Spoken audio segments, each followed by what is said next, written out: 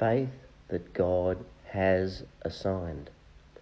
For by the grace given to me, I say to every one among you, not to think of himself more highly than he ought to think, but to think with sober judgment, each according to the measure of faith that God has assigned.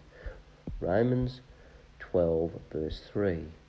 In the context of this verse, Paul is concerned that people were thinking of themselves more highly than they ought to think.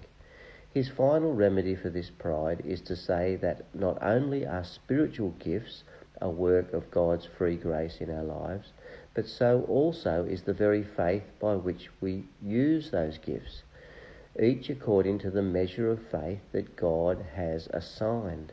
This means that every possible ground of boasting is taken away from us. How can we boast if even the qualifications for receiving gifts is also a gift? This truth has a profound impact on how we pray. Jesus gives us the example in Luke 22:31-32. Before Peter denies him 3 times, Jesus says to him, "Simon, Simon, behold, Satan demanded to have you, that he might sift you like wheat. But I have prayed for you that your faith may not fail. And when you have turned again, strengthen your brothers." Jesus prays for Peter's faith to be sustained even through the sin of denial, because he knows that God is the one who gives and assigns faith.